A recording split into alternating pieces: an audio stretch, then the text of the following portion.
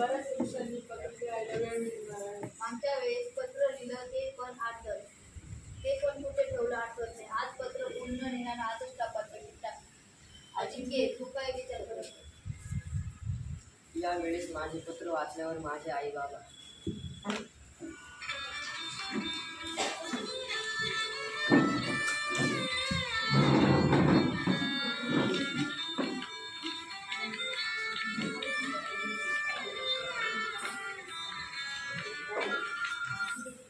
या वेळेस पत्र जरा जास्तच लांबलं.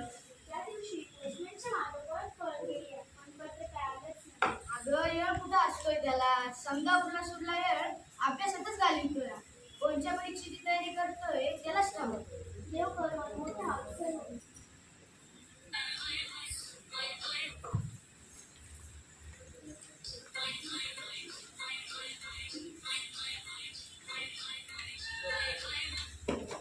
कालच्या बाजारात 5 तोळा सोन्याचा हार केलाय. बाजारात मोठीच येतोय काय सोना? सोनं नाही तेवढं दुकान आहे त्याचं. माझ्या बाळाच्या लग्नात तर सोन्याच्या साड्या घेतल्या आहेत. एक साडी 50,000 पडली. माझ्या माईला सोन्याची हांडी आहे, सोन्याची चांदीचे कळशेही असतील आणि दिव्याचे चमचे असतील. मागच्या दिवाळीला आली. कसलं सोनं कसलं चांदी, अमृत छाप मी त्या वाचता तर येत नाही. उद्याची वाट बघत बसती काही वाचायचं असतं तर.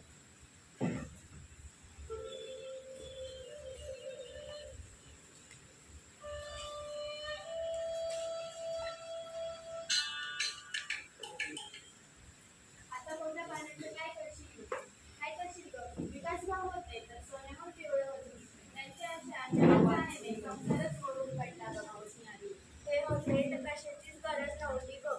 मी शिकले असते तर कुठंतरी नोकरी केली असती. पण बिना शिक्षणाची कोण नोकरी देणार? कुठली अजून लहान आहे, अजून शाळेत पण जात नाही. मग तर अजून खर्च वाढेल. अजूनही वेळ गेली नाही. मी शिकल आणि तिला बी शिकवल. माझ्यासारखी वेळ तिच्यावर नको. शिक बाई चांगलं, दोघींचं पण कल्याण.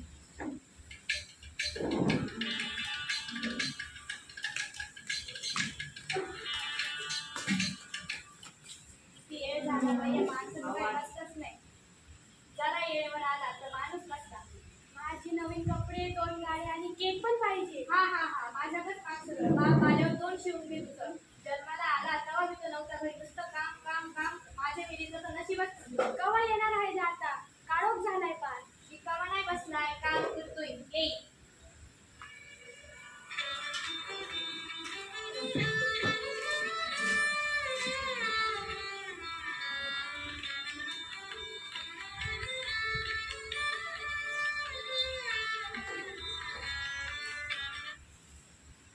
रामराव काका, ओ रामराव काका, याची वाट बघते. आलो बघा. आलं का पत्र आमच्या आईला? आलं पण आधीच हात जोडून माफी मागतो.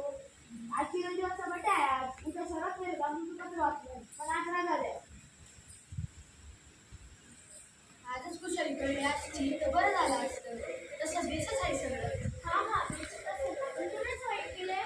अगं बेसच आहे पण वाचून कुशाली भेटली असती. मागच्या वेळी गेला तेव्हा मांडवरच आली. मला तर लई वाईट वाटलं. तू तर काही बी बोलशील.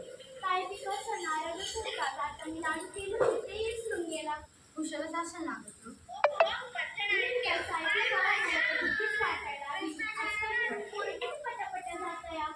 आपल्या अजून कसं काय बरं वाईट तर आत्ताच्या आत्ता मला पत्र वाचून द्या. चल आपण सावकाराच्या घरी जाऊ. तो मित्र आहे माझा, तो देईल वाचून पत्र.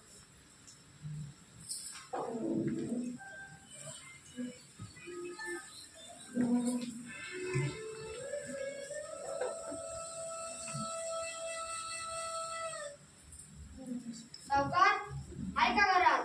कोण आहे ना? कोण आहे का सगुना? रामराव आणि सरस्वती आहे. अरे या या या, काय काम काढलं? अरे आज देवच आहे तू आमचा. पहिले एवढं पत्र वाचून दाखव. पत्र होते वाचून पहिले चारला बोलतो. पण सरस्वतीला काय झालं? काय झालं बाबा? दोघं असे कावरे बावरे का झालं? काय लिहिलंय त्या पत्रात? अजिंक्यचं पत्र आहे ना? अरे देवा, ते पत्र वाचत आहे. आण ते पत्र. अरे देव, त्या चष्म्याला पण आजच हरवायचं होतं. का रे बाबा, काय झालं? अरे चष्म्याशिवाय काय दगडाचं वाचता येतं मला. सगुणाबाईला येत असेल वाचते. अरे मी कशी म्हणते बायको म्हणती वाचत. तिला येत असं वाचता. तर होतं माझ्या बायको. मग चला तिच्या घरला. चला.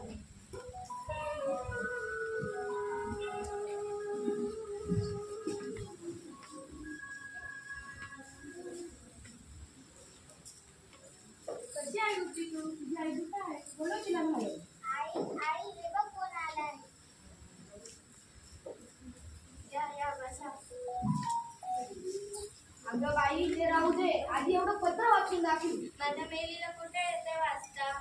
शिकले असते तर कुठे नोकरी केली असती, पण कशाचं काय? त्या दिवशी ती मास्तरीण बाई गावावर ओरडत फिरत होती, थोडं तरी लिहिता वाचता आलंच पाहिजे. ती म्हणत होती एसटी ची पाटी तरी वाचता येते का? पण आता बाई मी शिकणार आहे, पण तुमचं पत्र वाचायचं ते राहिलं. मास्तरी म्हणजे तुमच्या हाती माहिती आहे तुला? नाही काय, पण नाही लांब आहे. मग चला तिच्या घरला.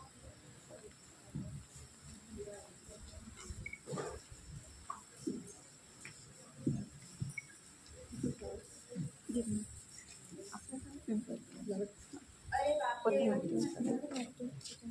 या या, काय काम काढलं माझ्या? अहो पाय पडतो, आधी एवढं पत्र वाचून दाखवा. पत्र वाचून दाखवते, पण माझी एक अट आहे. मी प्रौढ साक्षरता वर्ग भरवणार आहे. त्या वर्गात सर्व अशिक्षितांना आणण्याचं काम तुमचं.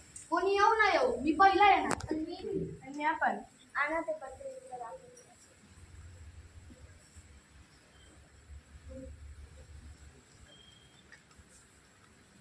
तीर्थरूप आई बाबांनी साष्टांग दंडवत.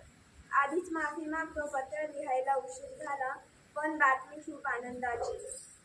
मला कामात बढती मिळाली, पगार पण वाढला आणि आपल्या गावाजवळ बदली मिळाली. पुढच्या महिन्यात सामान आवडून येतो बघा, तुमचाच अजिंक्य.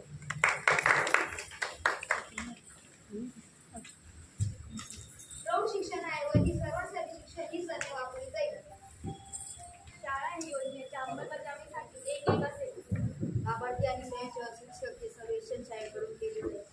ज्या शालेय विद्यार्थ्यांच्या कुटुंबांमध्ये निरक्षर व्यक्ती नाहीत, अशा विद्यार्थ्यांनी आपल्या शेजारच्या निरक्षरांना मदत करण्यासाठी प्रोत्साहन करण्यात येईल. शासकीय अनुदानी खाजगी शाळांमध्ये शिक्षकांव्यतिरिक्त शिक्षण घेणारे शिक्षक, पंचायत राज्य संस्था, अंगणवाडी सेविका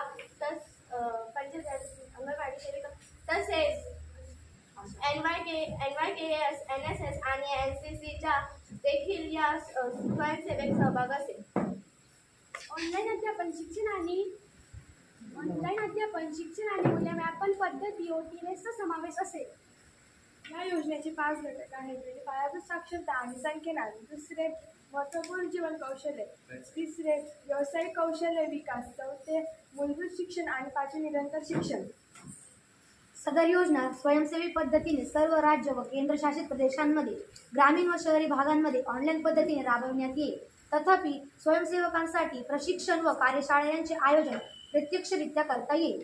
डिजिटल माध्यमे जसे की TV, रेडिओ, मोबाईल फोन आधारित मोफत ओपन सोर्स ॲप्स, पोर्टल इत्यादीद्वारे साहित्य आणि संसाधने उपलब्ध करून देण्यात येतील.